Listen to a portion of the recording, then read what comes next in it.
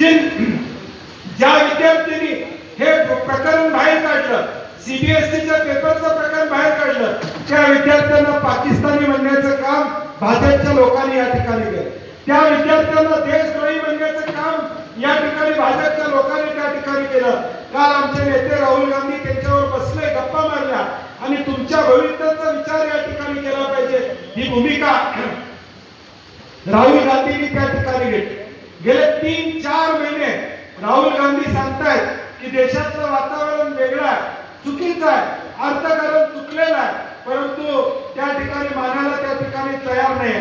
आज निवडणुका झाल्यावर पेट्रोल वाढत चाललेलं आहे. दररोज जसं या ठिकाणी बीपी वाढतो तसं आता पेट्रोल वाढायला लागलेलं आहे. म्हणजे आता लोकांनी एका बाजूला बीपी बघायचं, शुगर बघायचं आणि दुसऱ्या बाजूला पेट्रोलचा दर बघायचा. म्हणजे वाढतंय का हे बघायचं काम त्या ठिकाणी करायचं आहे. दर दिवसाला आम्हाला काही अर्थतज्ञ सांगतात की आता पेट्रोल किमान 150 रुपयावर या ठिकाणी पुढच्या महिन्यापर्यंत जाईल, किमान 150 रुपयावर जाईल अशी अवस्था या सरकारने केलेली आहे. हा युद्धाचा परिणाम आहे का? तर युद्धाचा परिणाम आहे हे मानतो, परंतु युद्ध होण्याआधी 2 वर्ष या देशाची अर्थव्यवस्था कोलमडलेली आहे, या देशाचं अर्थकारण बिघडलेलं आहे, या देशाला दिशा नसलेलं सरकार असल्यामुळं या देशाचं अर्थकारण बिघडलं. आज पेट्रोल डिझेल वाढलं, महागाई वाढणार आहे. आज तुम्ही व्हॉट्सअपवर बघताय IT कंपनीमध्ये आता 500-500 लोक, 700-700 लोक एका वेळी काढून टाकण्याचं काम त्या ठिकाणी चालू आहे. काल इंदोरीमध्ये 500 का 700 शिवराज 700 मुलांना 700 बच्चों को निकाला गया इंदौरी में, जो IT क्षेत्र में काम करते. भाजपा की नीति क्या है, भाजपा का इसके बारे में धोरण क्या है, वो कोई नहीं बता सकता. सिर्फ जातीय तणाव निर्माण करायचा, हिंदू मुसलमान जातीय तणाव निर्माण करायचा आणि स्वतःची पोळी साधून घेण्याचा प्रयत्न भाजप करतोय. आणि माझी काँग्रेसच्या कार्यकर्त्यांना विनंती, मी नेहमी या व्यासपीठावर सांगतो की सोशल मीडिया हे आपलं मोठं शस्त्र लोकांच्या पर्यंत पोहोचायचं. आपण सोशल मीडियाच्या माध्यमातून जो भाजपचा काळा कारभार आहे तो लोकांच्या पुढे आणण्याचं काम या ठिकाणी केलं पाहिजे. आज जे भाजप या देशामध्ये सांगतंय की पेट्रोल या ठिकाणी कमी वापरा, सोनं या ठिकाणी खरेदी करू नका, तुम्ही परदेश दौरे करा आणि आम्ही मात्र या ठिकाणी कामावर जायचं सुद्धा चालत जायचा का प्रश्न.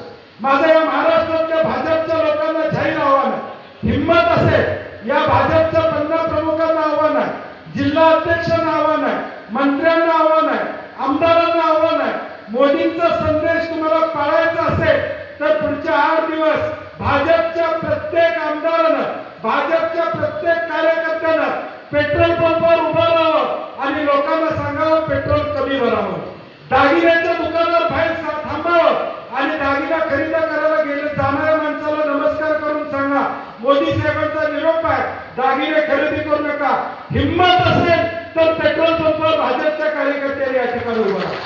तुम्हाला मोदींचा संदेश या देशासाठी घेऊन जायचा आहे ना, तर तुम्ही पहिले रस्त्यावर उतरा आणि लोकांना सांगा, फक्त भाषणात या ठिकाणी बोलू नका. माझं जाहीर आव्हान आहे भाजपच्या कार्यकर्त्यांना की उद्यापासून आठवडा सप्ताह तुम्ही नेमता, मन की बातच्या तुम्ही शो या ठिकाणी दर महिन्याला या ठिकाणी लावता, टीव्ही लावता आणि मन की बात तुम्ही दाखवता. आता मन की बात मध्ये जे मोदी साहेबांनी सांगितलेलं आहे ते लोकांना सांगण्यासाठी पेट्रोल पंपाच्या दारात उभा आहे का तुमच्यात हिंमत? तुमच्यात हिंमत असेल तर जावा आणि लोकांना पटवून द्या की पेट्रोल भरू नका, चालत जावा, नोकरीवर या ठिकाणी जाऊ नका, घरातून काम करा, हे सांगायचं काम करा, प्रचार करायचं काम या ठिकाणी करा. मग लोक तुम्हाला सडेतोड या ठिकाणी उत्तर देतील. आणि मग ही जी काही नीती भाजपची चाललेली आहे, धुई मागवायचा प्रयत्न समाजामध्ये चाललेला आहे, तो हाणून पाडण्याचा प्रयत्न उद्याच्या भविष्यकाळात तुम्हाला मला सर्वांना या ठिकाणी करावा लागेल. कोल्हापूरमध्ये तर आपण नेहमीच अशाच ताज्या अपडेटसाठी महासत्ता न्यूजला सबस्क्राईब करा.